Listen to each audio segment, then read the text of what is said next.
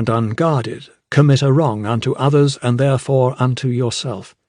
And for that wrong committed must you knock and wait a while, unheeded at the gate of the blessed. Like the ocean is your God-self.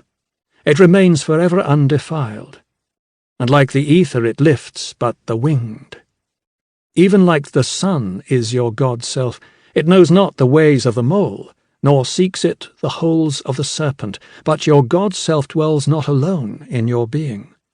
Much in you is still man, and much in you is not yet man, but a shapeless pygmy that walks asleep in the mist, searching for its own awakening. And of the man in you would I now speak, for it is he, and not your God-self, nor the pygmy in the mist, that knows crime and the punishment of crime. Oftentimes have I heard you speak of one who commits a wrong, as though he were not one of you, but a stranger unto you, and an intruder upon your world. But I say that even as the holy and the righteous cannot rise beyond the highest which is in each one of you, so the wicked and the weak cannot fall lower than the lowest which is in you also. And as a single leaf turns not yellow, but with a silent knowledge of the whole tree, so the wrongdoer cannot do wrong without the hidden will of you all. Like a procession you walk together towards your God-self. You are the way and the wayfarers. And when one of you falls down, he falls for those behind him, a caution against the stumbling stone. Aye, and he falls for those ahead of him, who, though faster and surer of foot, yet removed not the stumbling stone.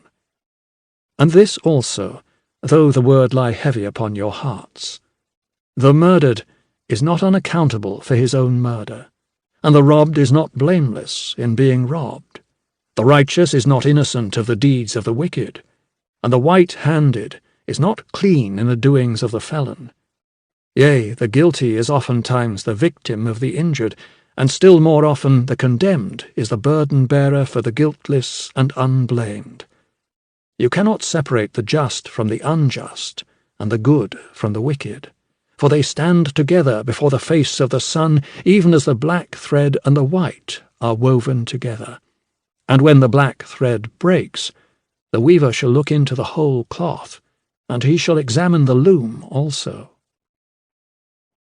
If any of you would bring to judgment the unfaithful wife, let him also weigh the heart of her husband in scales, and measure his soul with measurements.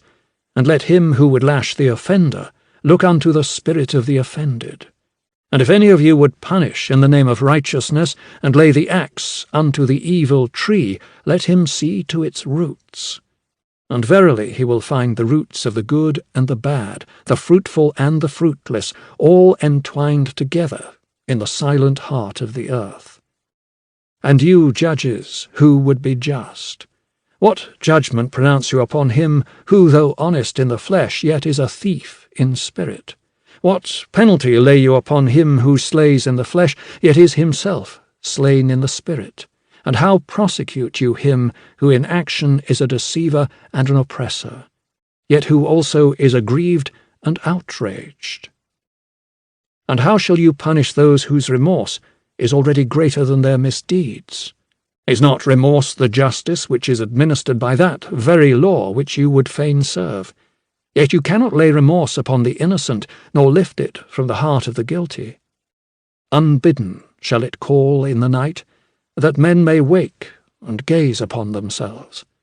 And you who would understand justice, how shall you, unless you look upon all deeds in the fullness of light? Only then shall you know that the erect and the fallen are but one man, standing in twilight between the night of his pygmy self and the day of his God-self, and that the cornerstone of the temple is not higher than the lowest stone in its foundation.